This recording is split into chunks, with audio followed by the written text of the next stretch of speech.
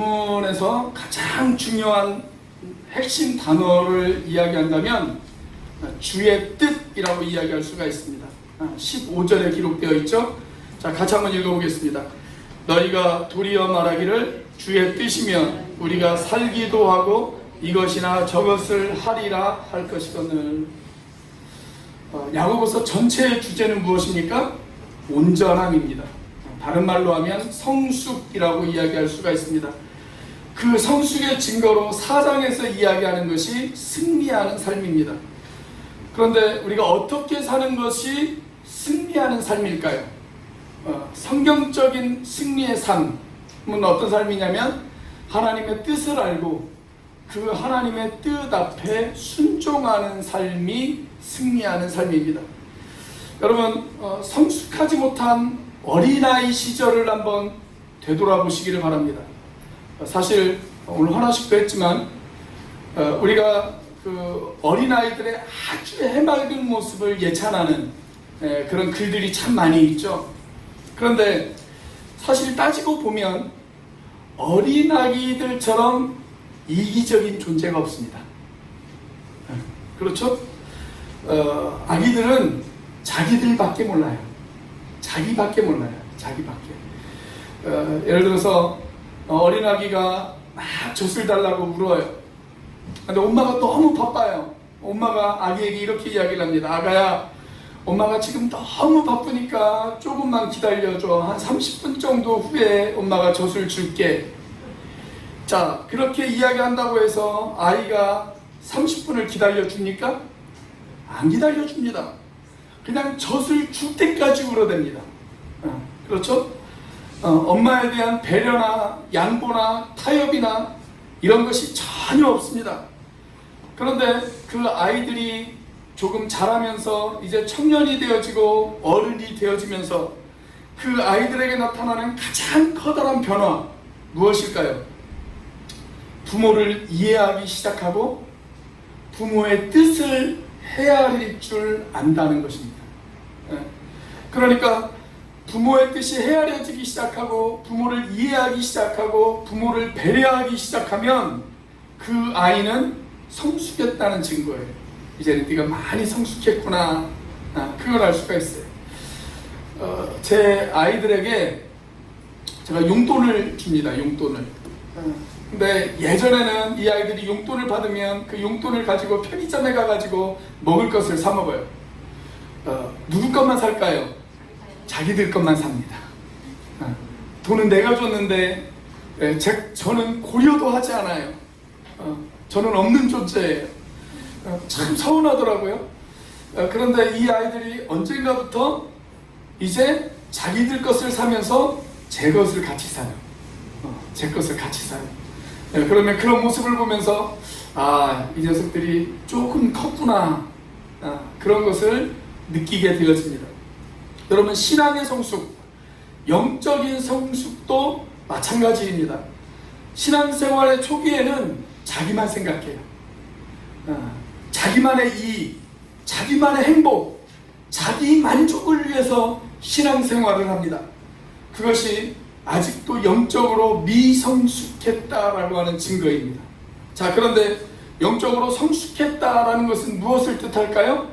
자기만 생각하던 사람이 자기 기분, 자기 만족, 자기 소원, 자기의 욕구만을 생각하던 그 사람이 이제는 하나님의 뜻에 관심을 갖기 시작합니다. 그리고 하나님의 뜻을 헤아리기 시작하고 하나님께서 기뻐하시는 일이 무엇인가 여기에 관심을 갖기 시작해요. 그것이 뭐예요? 영적으로 성숙했다라고 하는 증거입니다. 여러분, 여러분은 하나님의 뜻이라고 하는 그런 단어를 들었을 때 여러분들 마음 가운데 어떤 생각이 드세요? 더 구체적으로 이야기하자면 내가 하나님의 뜻에 따라 살아가겠다 라고 하는 이런 말을 들으면 여러분들 가슴에 어떤 생각이 드십니까? 혹 이런 느낌이 드시는 분은 안 계신가요? 내가 하나님의 뜻을 따르겠다고 고백하면 내 재산적으로, 내가 육체적으로 내가 지금보다 더 힘들고 헌신해야 되고 내 것을 포기해야 되고 그러지 않을까? 내가 하나님의 뜻에 따르겠다고 이야기한다면 내 자녀들이 목회자로 하나님께서 부르시지 않을까? 내가 하나님의 뜻에 순종한다고 한다면 그분이 나를 오지의 선교사로 보내시지 않을까? 내가 하나님의 뜻에 순종한다고 한다면 그분께서 나를 순교자로 부르시지는 않을까? 그런 생각이 드시지는 않으세요? 어쩐지 하나님의 뜻에 따르겠다고 고백한다고 한다면 내가 지금보다 더 많은 것들을 포기해야 되고, 내가 내 행복과 내 즐거움을 포기해야 되고, 내가 물질적으로 손해봐야 되는 것 같고, 내가 하나님의 뜻에 순종한다고 한다면 무엇인가 내 큰 것들을 내가 헌신하고 포기해야 되는 것처럼, 여러분 그렇게 생각이 들지는 않으십니까? 우리 한국교회 안에는 그렇게 생각하시는 분들이 의외로 많더라고요. 그러니까 우리의 무의식 속에 어떤 생각을 가지고 있냐면 하나님의 뜻을 따라간다는 것, 그것은 내 행복을 포기하고 내 즐거움을 포기하고 내 욕구를 포기해야 되는 것으로 생각하는 사람들이 많이 있습니다. 여러분 결론부터 말씀드리자면 그것은 하나님의 뜻에 대해서 오해한 것입니다. 우리가 어린아이들을 한번 생각해 보자고요. 여러분 어린아이들이 부모님의 뜻에 따라 살아가는 것, 그것이 그들의 인생의 큰 것들을 포기하고 그리고 그들의 인생이 비참해지고 그렇습니까? 그렇지 않잖아요. 여러분 부모의 소원이 무엇이에요? 부모의 소원, 자녀를 향한 부모의 소원이 무엇입니까? 그저 자나깨나 자녀가 잘 되는 것, 그것이 부모의 소원이잖아요. 여러분 마찬가지입니다. 저희를 향한 하나님의 소원도 그렇습니다. 저와 여러분들을 향한 하나님의 소원 무엇일까요? 그저 자나깨나 저와 여러분들이 잘 되는 것, 그것이 하나님의 소원임을 믿으시기를 바랍니다. 그러니까 우리가 하나님의 뜻에 순종한다는 것, 거기에 대해서 너무 극단적으로 생각할 필요가 없어요. 거기에 대해서 너무 걱정하거나 두려워할 필요가 없습니다. 자, 빌립보서 2장 13절 말씀을 같이 한번 읽어보겠습니다. 시작. 너희 안에서 행하시는 일은 하나님이시니 자기의 기쁘신 뜻을 위하여 너희에게 소원을 두고 행하게 하시나니. 자, 우리 안에서 일하고 계시는 분이 누구예요? 하나님이세요. 하나님. 우리가 그 하나님을 나의 주인으로 모셨다면 그 하나님께서는 분명히 우리 안에서 일하시고 계십니다. 믿으십니까? 예, 하나님이 우리 안에서 일하시고 계세요.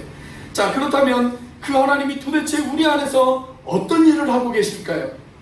여기 보면 자기의 기쁘신 뜻을 위하여 우리에게 무엇을 주셨다고요? 소원을 주셨다. 그렇게 이야기하고 있습니다. 소원을 주셨다. 그러니까 우리가 가지고 있는 어떤 소원이 하나님의 뜻과 반대되어지는 것만 있는 것은 아니에요. 내가 어떤 소원을 내 마음에 품었어요. 그런데 그 소원이 죄의 뿌리 내린 소원이 아니라면, 그 소원이 악한 소원이 아니라면 내가 소원을 품는 것, 그것이 나쁜 것은 아닙니다. 내가 더 건강해지고 싶다, 내가 지금보다 더 부자가 되고 싶다, 내가 더 출세하고 싶다, 내 자녀들이 지금보다 더 잘 되었으면 좋겠다. 여러분 그런 소원을 품는 것, 그건 나쁜 것이 아닙니다. 그것은 지극히 당연한 것입니다.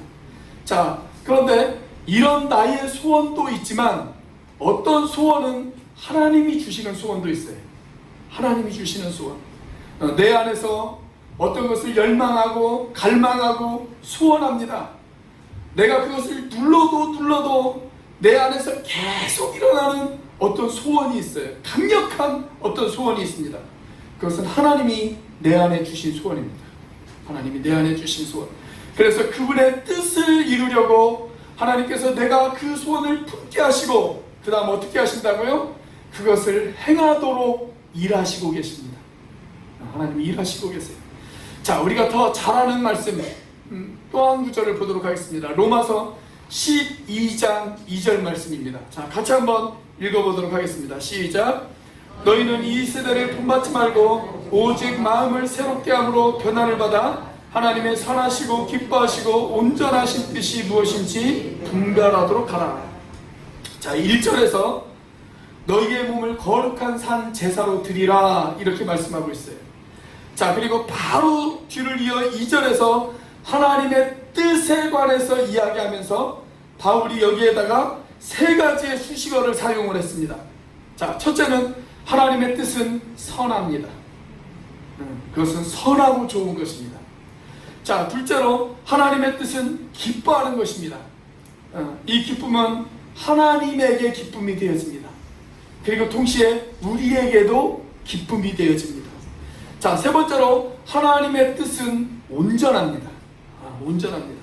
자, 그렇기 때문에 우리들 마음 가운데 하나님의 뜻을 품고 사는 것, 여러분 거기에 대해서 결코 두려워하실 필요가 없어요. 하나님의 뜻을 따라가면 갑자기 내 인생이 어떻게 될까 봐서 거기에 대해서 두려움을 가질 필요가 전혀 없다라는 것입니다. 자, 오늘 본문 말씀을 보면 이 하나님의 뜻에 대해서 이야기했을 때 세 가지의 반응이 소개가 되어지고 있습니다. 자, 이 세상에 존재하는 모든 사람은 이 세 가지의 반응 가운데 하나의 반응을 보입니다. 자, 사람들은 하나님의 뜻에 대해서 어떤 반응을 보일까요? 첫째, 하나님의 뜻을 무시하는 반응을 보입니다. 하나님의 뜻을 무시하는 반응. 자, 특별히 하나님을 모르는 사람들, 불신자들을 한번 생각해 보시기 바랍니다. 여러분, 불신자들은 하나님의 뜻에 대해서 모르죠. 하나님의 뜻에 대해서 몰라요. 하나님의 뜻에 대해서 모를 뿐만 아니라 아예 관심도 없이 살아갑니다. 하나님의 뜻에 대해서 관심도 없어요. 불신자들이 일반적으로 보이는 태도는 어떤 태도를 보이냐면, 인생 뭐 있어? 그냥 내 뜻대로 사는 거지. 이것이 불신자들이 보이는 일반적인 태도입니다. 하나님의 뜻에 대해서 전혀 무관심하고, 하나님의 뜻에 대해서 무지하고, 하나님의 뜻을 무시해버리는 인생, 그것이 불신자들이 보이는 일반적인 반응이에요. 그러니까 여러분, 교회를 다니면서도 하나님의 뜻이 어디에 있을까, 여기에 대해서 단 한 번도 생각해보지 않은 사람은 불신자예요. 불신자입니다. 자, 오늘 본문이 시작되는 13절 말씀을 같이 한번 읽어보겠습니다. 13절 시작. 들으라, 너희 중에 말하기를 오늘이나 내일이나 우리가 어떤 도시에 가서 거기서 1년을 머물며 장사하여 이익을 보리라 하는 자들아. 이런 말입니다. 너희 중에 어떤 사람이 이렇게 말할 것이다.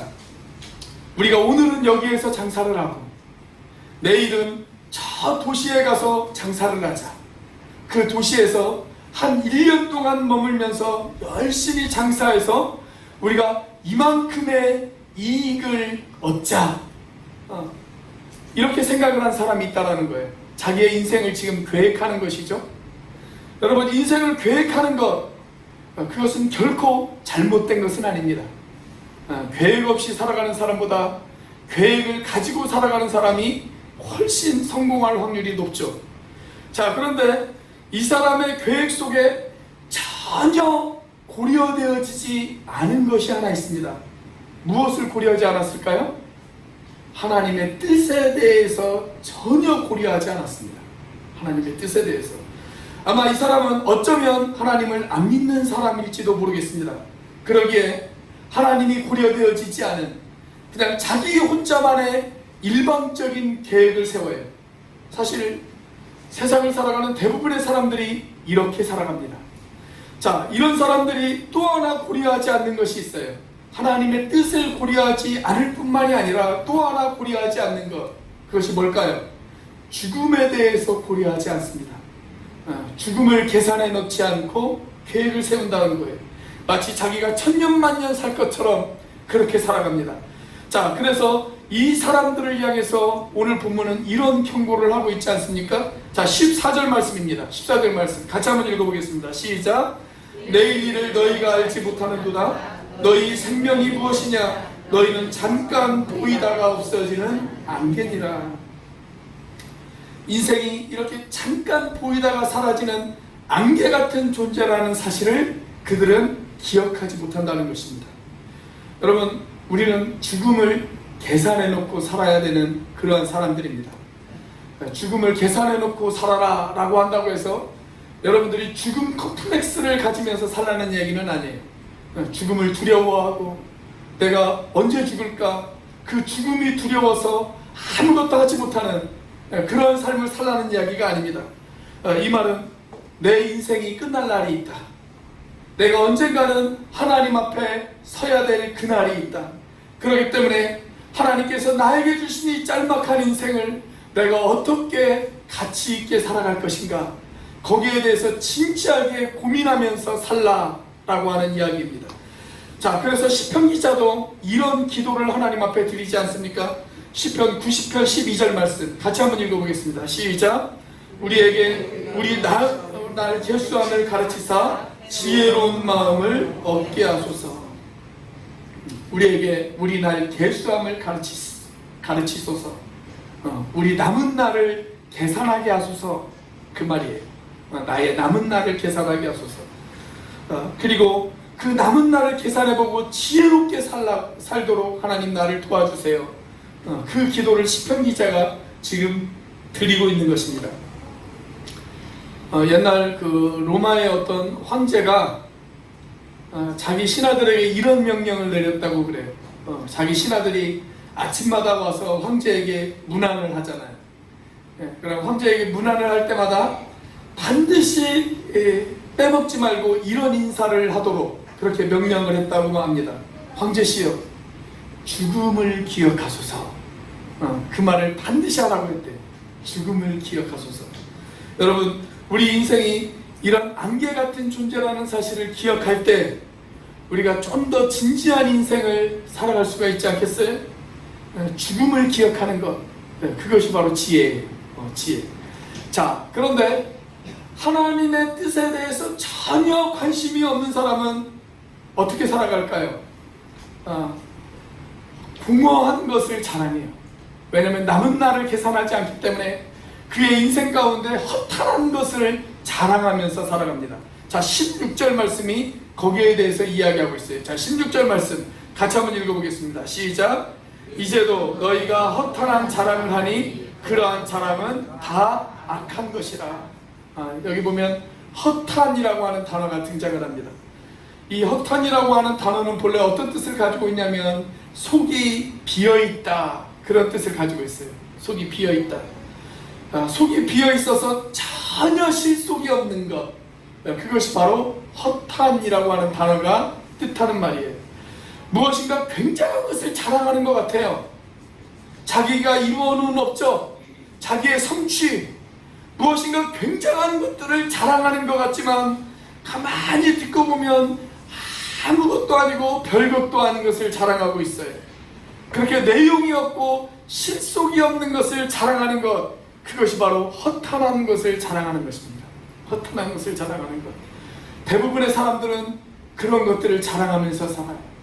내 아파트 평수가 몇 평이라느니, 내가 타고 다니는 자동차가 무엇이라느니, 그런 허탄한 것들을 자랑하면서 살아간단 말이죠. 대부분의 사람들은 그런 것 한번 자랑해 보려고 그렇게 인생을 살아가는 사람들이 얼마나 많이 있는지 모릅니다. 그런데 이렇게 하나님의 뜻을 계산해 놓지 않고 살아가는 사람들, 하나님의 뜻을 전혀 고려하지 않고 살아가는 사람들, 그런 사람들은 바로 허탄한 것을 자랑하는, 하나님의 뜻에 대해서 무지한 인생을 살아가는 그런 사람들이라는 것입니다. 자, 사람들은 하나님의 뜻에 대해서 어떤 반응을 보일까요? 두 번째로 하나님의 뜻에 불순종하는 반응을 보입니다. 첫 번째 사람하고는 조금 다릅니다. 첫 번째 사람은 하나님의 뜻이 무엇인지 아예 관심도 없이 살아가는 사람이에요. 자, 그런데 이 두 번째 사람은 하나님의 뜻이 무엇인지는 알아요. 그런데 그 하나님의 뜻에 순종할 마음이 없어요. 순종할 마음이 없어요. 하나님의 뜻을 불순종하는 사람들입니다. 자, 오늘 17절 말씀에 그 사람에 관한 이야기가 나옵니다. 자, 17절 말씀 같이 한번 읽어보겠습니다. 시작. 그러므로 사람이 선을 행할 줄 알고도 행하지 아니하면 죄니라. 이 사람은 아는 사람입니다. 무엇이 선인지, 무엇이 하나님의 뜻인지 아는 사람이에요. 우리 식으로 말하자면 주일날 예배당도 나오고 신앙생활의 외형도 다 갖춘 그런 사람이라고 이야기할 수가 있습니다. 자, 그런데 이 사람 마음속에 그 말씀에 대한 순종의 의지가 없어요. 순종의 의지가 없어요. 이런 사람들을 가리켜서 오랜 옛날부터 신학자들은 뭐라고 이야기를 했냐면 실천적 무신론자다, 그렇게 이야기했습니다. 실천적 무신론자다. 우리가 무신론자 그러면 보통 어떤 사람들을 이야기합니까? 하나님을 모르고 하나님 없이 살아가는 사람들, 하나님을 안 믿는 사람들, 그런 사람들을 가리켜서 우리가 무신론자다 그렇게 이야기를 하지 않습니까? 그런데 교회 안에도 그런 실천적 무신론자가 있다는 이야기입니다. 겉으로는 신자인 것 같은데 하나님의 뜻에 불순종하는 사람들, 그런 사람들을 가리켜서 실천적 무신론자다 그렇게 이야기합니다. 성경을 알기는 알아요. 어쩌면 주일날 교회도 나오고 직분도 받았을지 몰라요. 이미 교회 생활을 한 지 몇십 년이 지난 그런 사람일 수도 있어요. 그런데 그런 사람이 무슨 일을 할 때 보면 기도가 없어요. 그리고 하나님의 뜻이 어디에 있는지 묻지도 않아요. 자기 마음대로 계획해요. 하나님의 뜻에 대해서 관심이 없어요. 이런 사람은 예배당 안에 있기는 하지만 실제로는 무신론자입니다. 성경은 이런 사람들을 향한 경고가 아주 많이 등장합니다.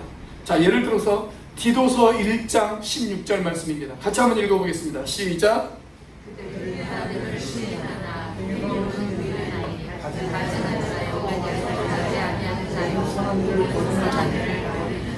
자, 그들이 하나님을 어떻게 대합니까?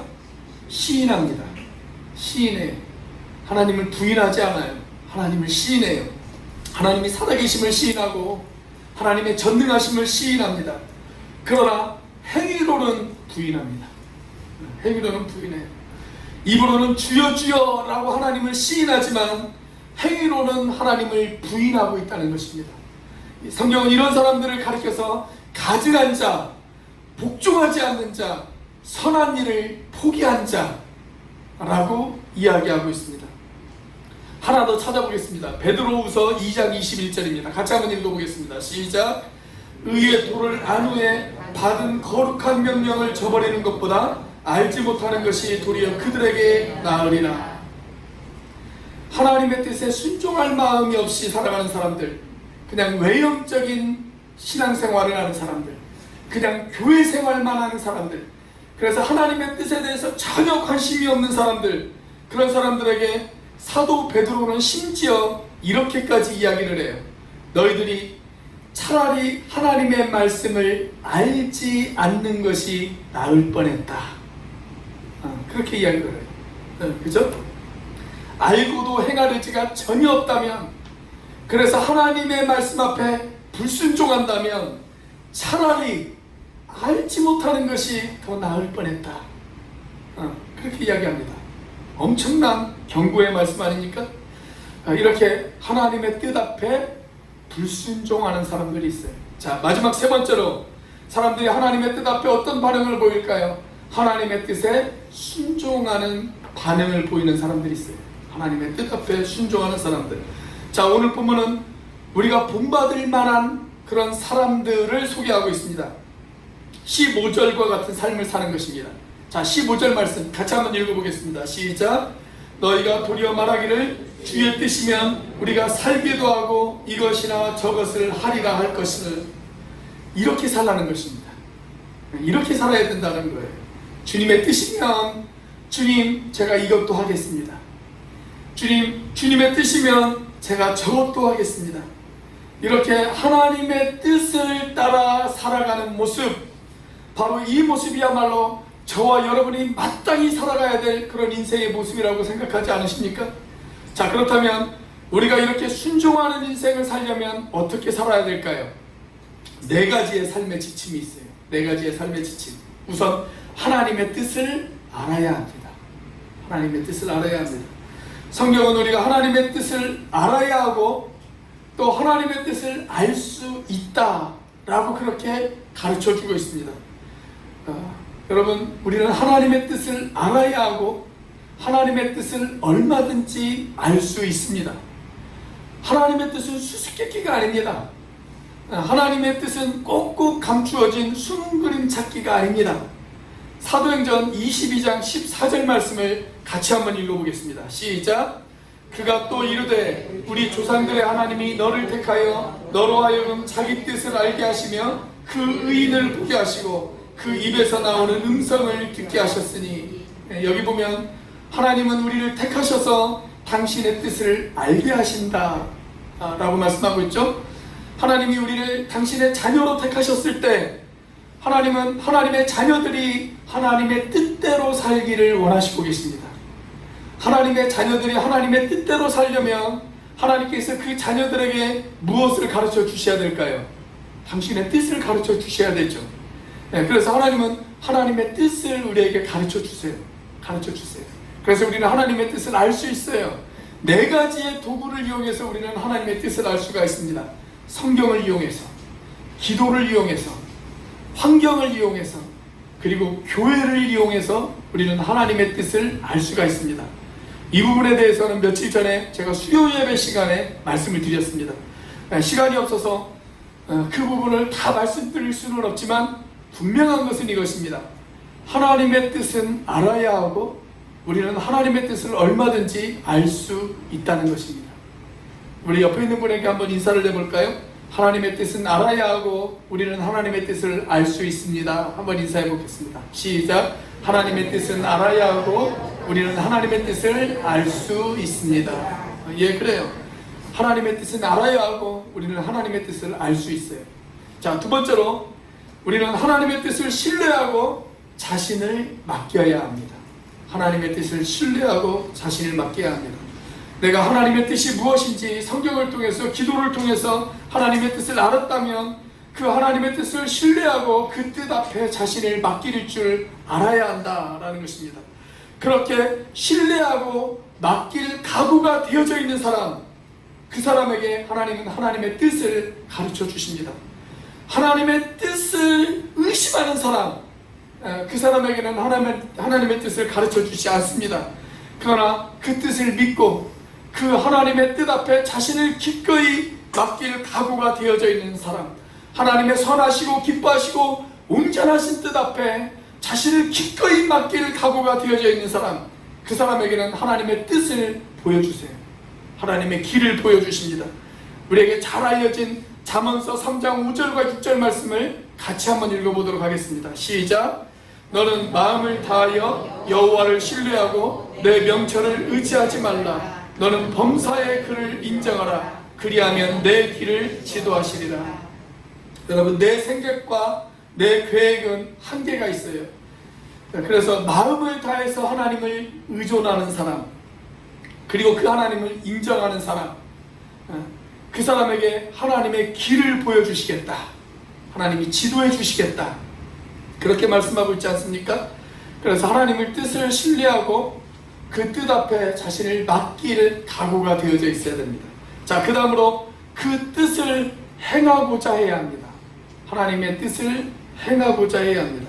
그냥 지식적으로 아는 것이 아니라 내가 그 뜻을 행하려고 해야 됩니다. 자, 이 부분에 대해서 우리 주님이 직접적으로 하신 말씀을 우리 같이 한번 읽어보도록 하겠습니다. 요한복음 7장 17절입니다.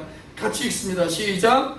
사람이 하나님의 뜻을 행하려 하면 이 교훈이 하나님께로부터 왔는지 내가 스스로 말함인지 알리라. 자, 여기 보면 우리 예수님이 뭐라고 말씀하셨어요? 사람이 하나님의 뜻을 행하려고 각오했다면, 그 뜻을 행하려고 각오했다면 그 뜻이 주님께로부터 온 교훈인지 아니면 내게로부터 온 교훈인지 알 수 있다라는 것입니다. 알 수 있다. 그러니까 정말 우리가 먼저 품어야 될 것, 그 뜻을 행하려고 하는 마음이 있어야 돼요. 그 마음이 있어야 돼요. 네, 그러면 그 사람들에게는 하나님의 뜻이 반드시 알려집니다. 자, 마지막으로 하나님의 뜻을 위해서 기도해야 됩니다. 하나님의 뜻을 위해서 기도해야 됩니다. 우리가 일상생활 속에서 그 하나님의 뜻을 찾고자, 내가 그 뜻을 따르고자 기도하셔야 돼요. 자, 로마서 1장 10절 말씀을 같이 한번 읽어보겠습니다. 시작. 어떻게 하든지 이제 하나님의 뜻 안에서 너희에게로 나아갈 좋은 길을 얻기를 구하노라. 자, 바울이 1장 9절부터 이 이야기를 하고 있어요. 바울이 뭐라고 이야기를 하냐면 로마 교회 성도들을 보기를 원했어요.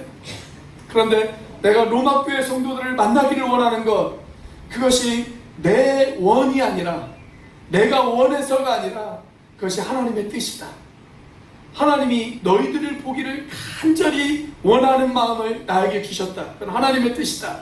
그래서 그분의 허락하심을 따라서 내가 너희에게 나아갈 좋은 길을 얻기를 하나님 앞에 구하고 있다.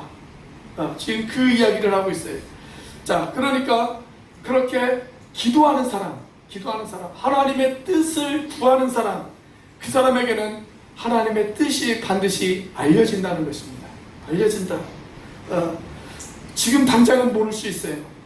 지금 당장은 이것이 과연 하나님의 뜻일까? 그걸 모를 수는 있어요. 그러나 우리가 나중에라도 내 삶을 뒤돌아보면, 그래, 내가 정말 하나님의 뜻에 따라 살아왔구나 라는 것이 알려진다는 거예요. 알려진다. 여러분, 그렇게 하나님의 뜻을 따라 살아가는 인생, 여러분, 그 인생이야말로 정말 가치 있는 인생이라고 생각되어지지 않으십니까?